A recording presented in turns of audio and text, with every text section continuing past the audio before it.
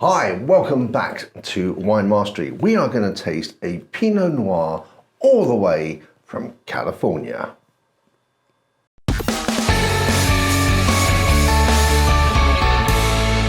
So this particular wine was provided by Shervick. Now I've looked around. Now you've actually not you've moved on to different pastures now. You're doing these corporate and events of wine tasting. Yeah, that's right. Our business has changed. We're no longer retail, so we don't have a lot of the wines that we used to stock. I've still got some, which I rotate, but then we have now mainly a venue plus a tasting events company. Yeah.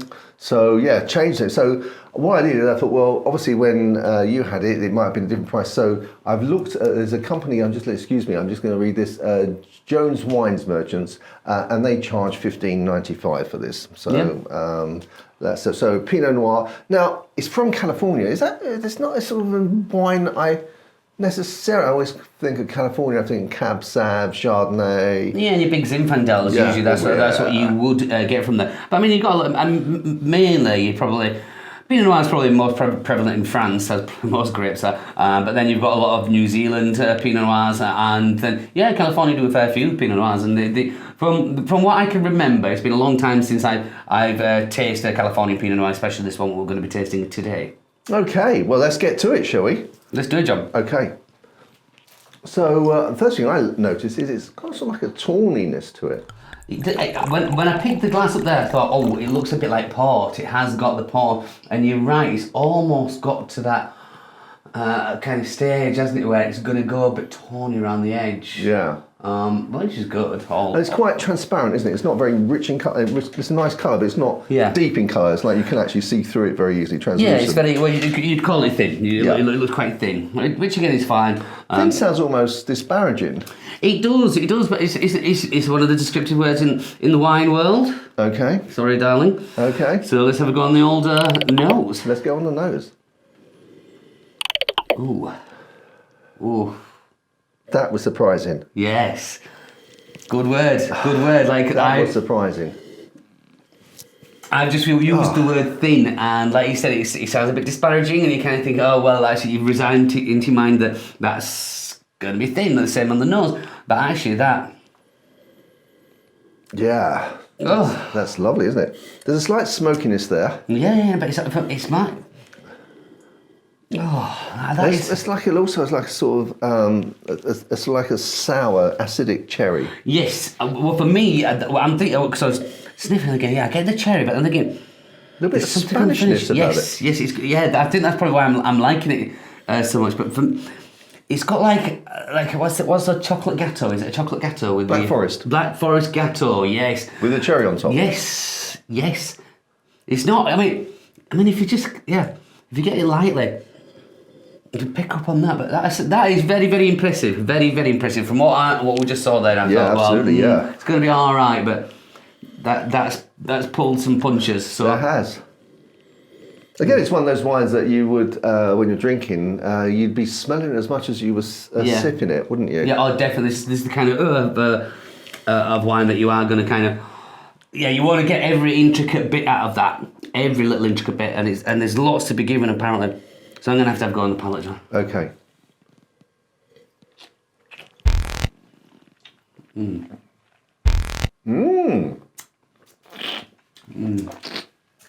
first thing that hits me is the mouthfeel. It's such a thin-looking wine. It's very smooth. It's very viscous. Very full of flavour. Oh, John. That's a lot. That's a joy to behold. I mean, let me just show you. We haven't, so let me show you the label. Here we go, the bottom on the label.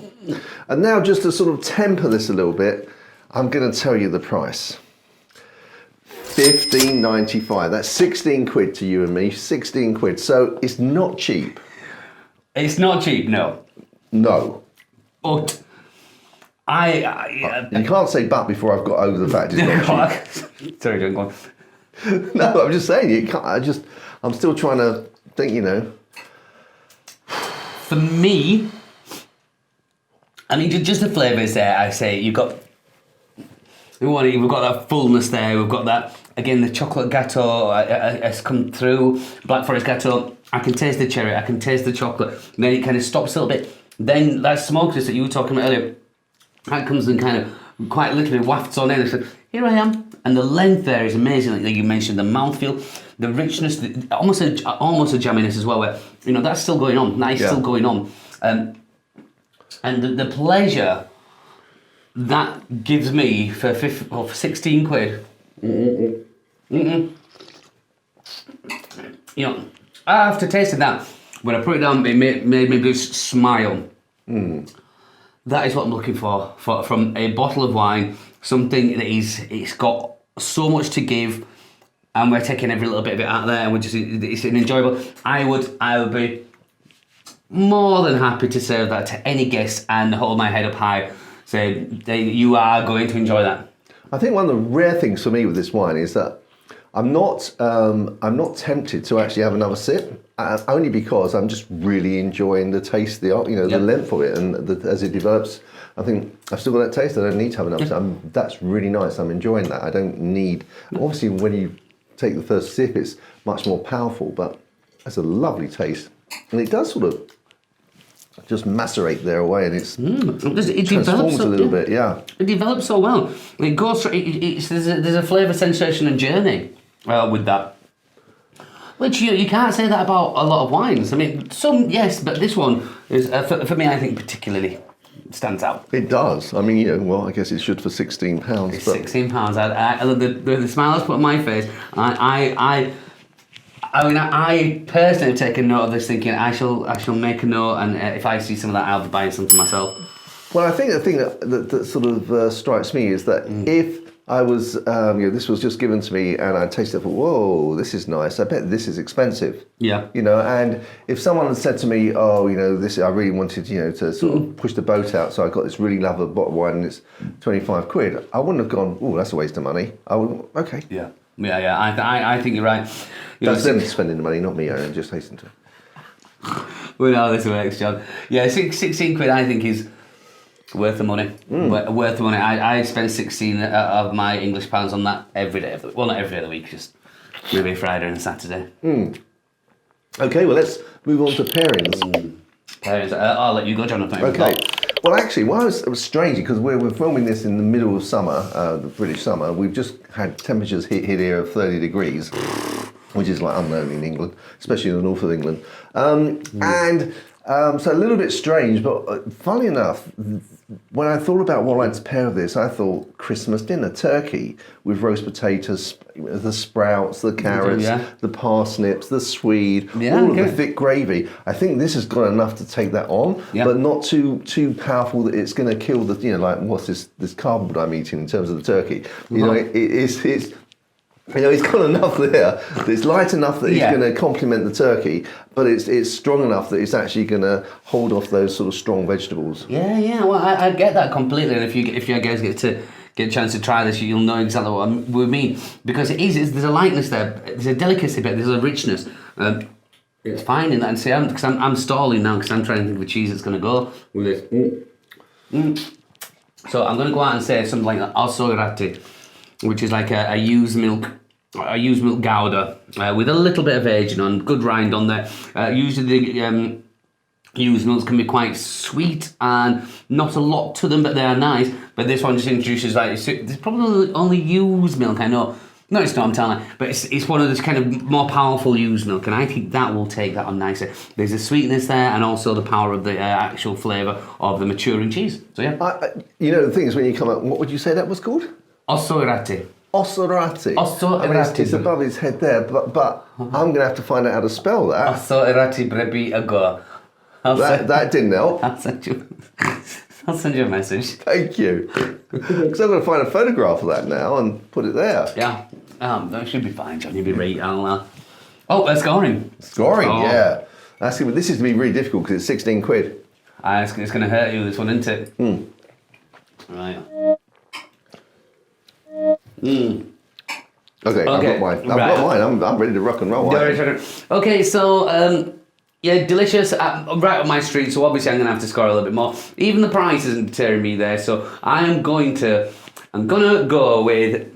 Don't know to the next one now. There we go. Have you done it? Yeah, I've done it, I think. Okay. I'm going to go 89. 87. Okay. Not bad, John. That's strange, given that Yeah, it's so it's given- expensive. yeah. Yeah. I was thinking that it is an exceptional wine. It just wasn't. The price actually stopped me from giving it 90. Right. But I think I don't know why you gave it only 87. To be honest. And neither do I. I don't know why. I think you'd got into my head about the price, about 8 to 15 now. But then I thought, no, it's not about the price, is it? I didn't want to break 90 with it.